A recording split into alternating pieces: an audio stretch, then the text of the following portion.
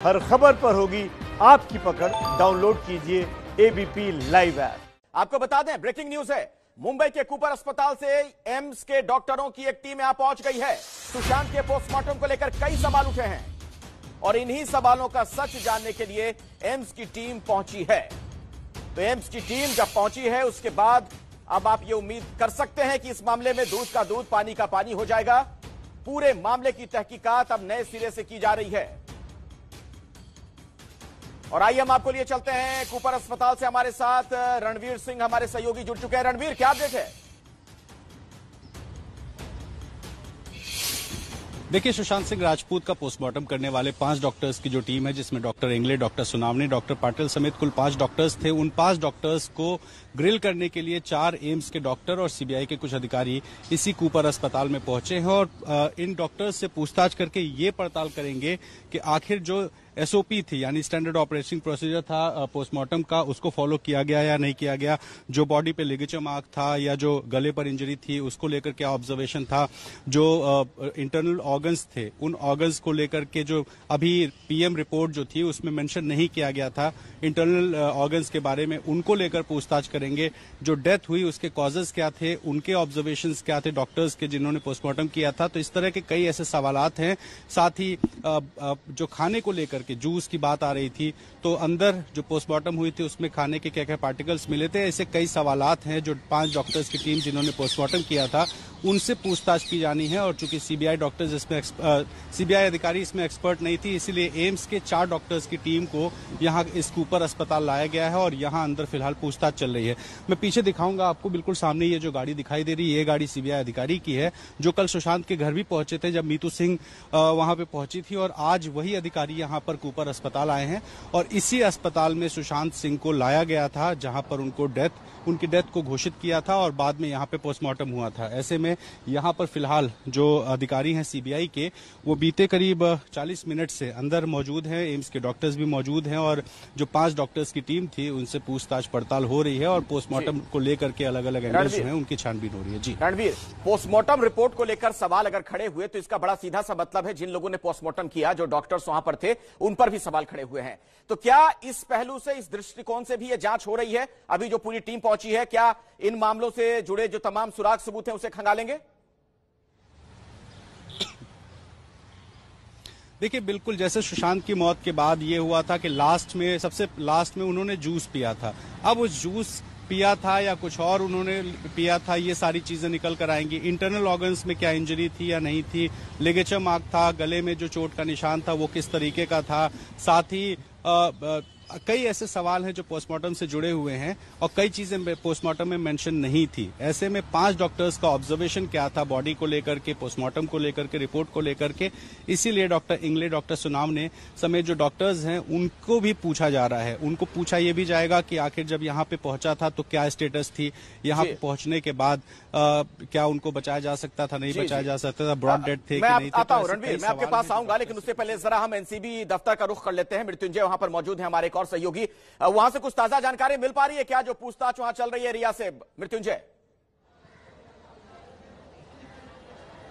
जी बिल्कुल, आपको बता दें कि 4 घंटे का समय बीत चुका है। मुख्य रूप से रिया अपने ऊपर लगे आरोपों को डिनाई कर रही हैं और जो रिया साफ तौर पर कर रही है कि अपने भाई से चैट करना कोई गुनाह नहीं है। वो बार बार दलील दे रही है कि एक भाई बहन के बीच का चैट है और मैंने किसी ड्रग पेडलर या मैंने किसी ड्रग डीलर से बातचीत नहीं की। यही उनका मूल आधार है जिसको लेकर ये किया। आपको बता दें कि थोड़ी सी हलचल हो रही है। मैं जरा कैमरामैन से कहूंगा कि उस हलचल की तस्वीरें जरा दिखाएं कि किस प्रकार की आवाजाही। देखिए, कोई एक गाड़ी है जिसमें कोई अधिकारी पहुंचे हुए हैं। तो आपको बता दें कि बड़े अधिकारियों का यह भी लगातार पहुंचना शुरू है। इसके पहले पूछताछ कुछ जगहों पर मीटिंग थी। ये अशोक मुथा जैन नजर आ रहे हैं मुझे गाड़ी में, जो कि वरिष्ठ अधिकारी हैं एनसीबी के, वो सीधे अंदर जा रहे हैं। कुछ मीटिंग के लिए जब करना होता है तो ये जो अधिकारी हैं एनसीबी के, वो दूसरी जगह प्रेफर करते हैं और मीटिंग करने के बाद वो वापस यहाँ पर आ जाते हैं। तो ये वरिष्ठ अधिकारी यहाँ पर पहुंचे हैं। मैं आपसे जिक्र कर रहा था कि अब तक किस प्रकार की जांच पड़ताल चल रही है। तो 4 घंटे की पूछताछ में रिया ने अपने ऊपर लगाए आरोपों का खंडन किया है। मुख्य रूप से कहा है कि मैंने उन्होंने कभी किसी पेडलर या फिर किसी ड्रग डीलर से कभी बात नहीं की। भाई बहन के बीच की बातचीत तो हमेशा हर दिन होती है। उन्होंने ये दलील दी है कि उन्होंने अपने भाई से चैट किया है। देखिए ये लंबी पूछताछ चलने वाली, क्योंकि उन्हें बहुत सारे क्रॉस एग्जामिनेशन भी कराने हैं।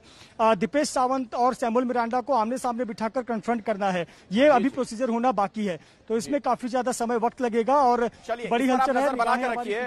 मृत्युंजय, इस खबर पर आप नजर बनाकर रखिए। मेरे साथ वरुण सिंह भी जुड़ चुके हैं, सुशांत सिंह राजपूत के परिवार के वकील हैं। और वरुण जी, सवाल यही आपने सुना हमारे सहयोगी जो बता रहे थे कि रिया की तरफ से बात यह कही जा रही है कि जो चैट है वो भाई बहन के बीच की है, बहुत ही निजी चीज है, इसको किस तरीके से फिर आधार बनाया जाएगा?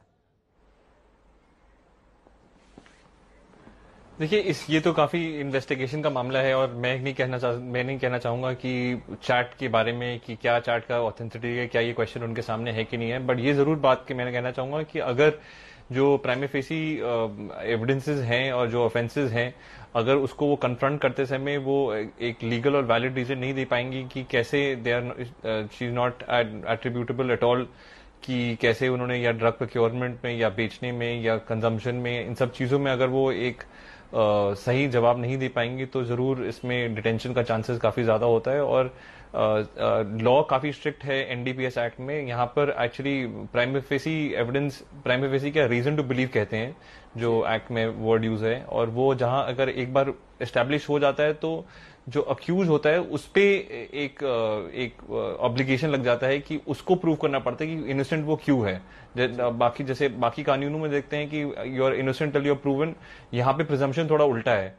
तो अर्ली प्रिजम्पशन एक बार जब इस्टेब्लिश हो जाता है तो एक बार उनको ही एक ये अपना दलाल वो जो देना पड़ेगा, कहना पड़ेगा, बताना पड़ेगा कि कैसे वो इनोसेंट है और अच्छी तरीके से प्रूव करना पड़ेगा।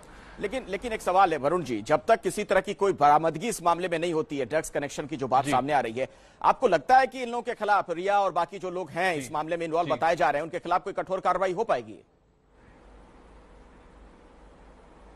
जी, बरादनी जरूरी नहीं है, क्योंकि उसमें आप जैसे चीजें बाहर आ रही हैं उसमें लिखा है कि सेक्शन 28A, तो जो अगर आप खुद नहीं भी प्रोक्योर कर रहे हैं पर अगर आप किसी को हेल्प कर रहे हैं प्रोक्योर करने में, वो सेक्शन लगा के, वो धाराएं लगाकर उन पे भी जो कार्रवाई हो सकती है।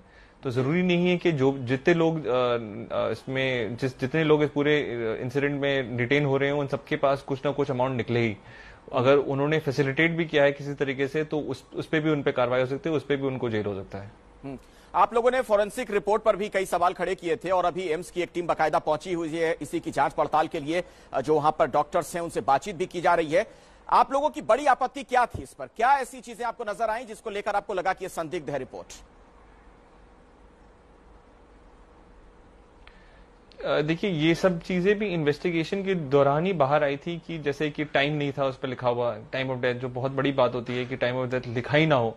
ऊपर नीचे होना एक बात है पर टाइम लिखा ही ना हो, और फिर जो भी उसके डिस्क्रिप्शन में बहुत सारी चीजें हैं जो एकदम ही काफी वेग तरीके से लिखा हुआ है, तो इन सारी चीजों पे आशंका जरूर खड़ा होता है। पर ये सारी चीजें हमें भी जो सर्कुलेशन में मिला है, मीडिया में मिला है, उसके बेसिस पे हमें भी आशंका हुआ है, क्योंकि हम एज ए कंप्लेनेंट फैमिली, हम आप समझते हैं हम इन्वेस्टिगेशन तो कर नहीं रहे, इन्वेस्टिगेशन तो इन्वेस्टिगेटिव एजेंसीज कर रही हैं, और आप लोगों ने जितना इतना कुछ डिस्कवर किया उसके बेसिस पे हमें पता चला है, और इसी वजह से हमने भी शक किया है इन सब चीजों पे। और आई एम श्योर अगर सीबीआई और इतने टॉप डॉक्टर्स इसको एनालाइज कर रहे हैं तो वो किसी अच्छे वजह से ही कर रहे हैं, और आई एम श्योर अगर वो जब जांच पड़ताल में कुछ ऐसा निकलेगा तो जरूर उस पर सख्त से सख्त कार्रवाई की जाएगी। जी।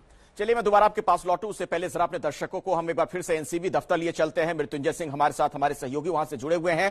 यहीं पर रिया चक्रवर्ती से पूछताछ चल रही है और बेहद अहम है आज की पूछताछ। एक बड़ा सवाल यह खड़ा हो गया है कि क्या गिरफ्तारी भी मुमकिन है रिया की? ये एक बहुत अहम सवाल आज का। और मृत्युंजय, मैं आपके पास आ रहा हूं, जरा मुझे यह बताइए, जो पूछताछ चल रही है क्या उसमें उन व्हाट्सएप चैट्स का भी जिक्र किया जा रहा है जो कहा जा रहा है कि ईडी ने उसे रिट्रीव किया था, जिसमें तथाकथित ड्रग्स डीलर गौरव आर्या से इनकी बातचीत हुई थी रिया की?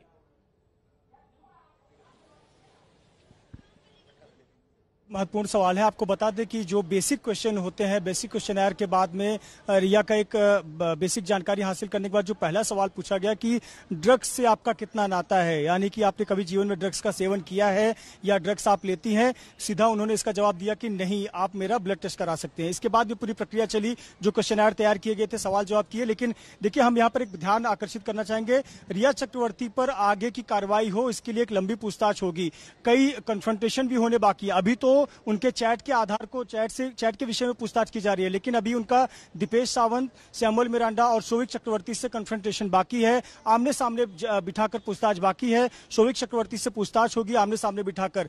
9 तारीख तक की सभी की रिमांड मिली हुई है। तो रिया चक्रवर्ती को एक यहाँ पर एडवांटेज है कि वो एक महिला है और सूर्यास्त के बाद क्या एनसीबी दफ्तर में रखना, पूछताछ करना, ये उचित है अनुचित है, ये एक उनको एडवांटेज मिल सकता है। और इसी वजह से पूरी संभावना यह भी है कि आज उन्हें जाने दिया जाए और कल वापस उन्हें 10 बजे या 11 बजे के करीब एनसीबी दफ्तर बुलाया जाए और जो आज पूछताछ की प्रक्रिया है उसको आगे जारी रखा जाए, आगे कंटिन्यू किया जाए। हमने ये देखा था, सीबीआई जब पूछताछ कर रही थी तो बड़ी लंबी लंबी पूछताछ हुई थी, मैराथन पूछताछ होती थी उस दौरान।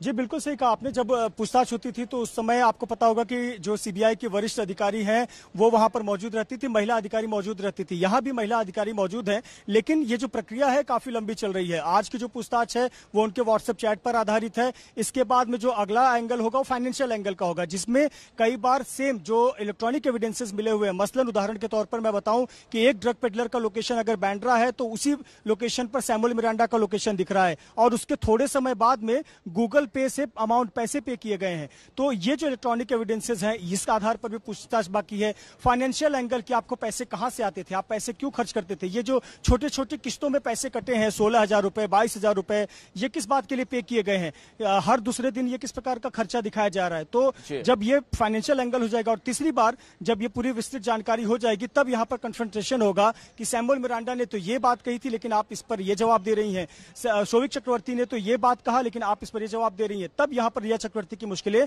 बढ़ सकती हैं। तो आज भी एक लंबी पूछताछ चलेगी। देखिए लगभग 4.5 घंटे का वक्त हो गया और आगे भी अगर आज इन्हें जाने भी दिया जाता है तो कल सुबह वापस बुलाया जाएगा और एक लंबी पूछताछ कल भी हो सकती है।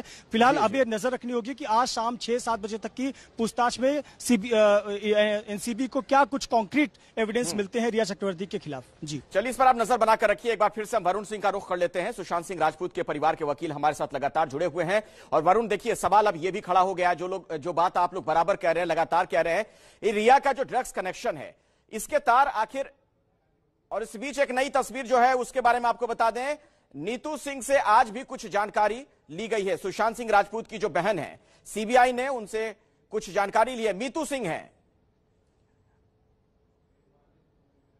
मुंबई में, जो बहन है उनसे पूछताछ हो रही है। मुंबई में जो बहन उनकी रहती है उन्हीं से पूछताछ की जा रही है। नीतू सिंह है, डीआरडीओ गेस्ट हाउस से ये बाहर निकली हैं, उनसे सीबीआई की पूछताछ अभी अभी खत्म हुई है।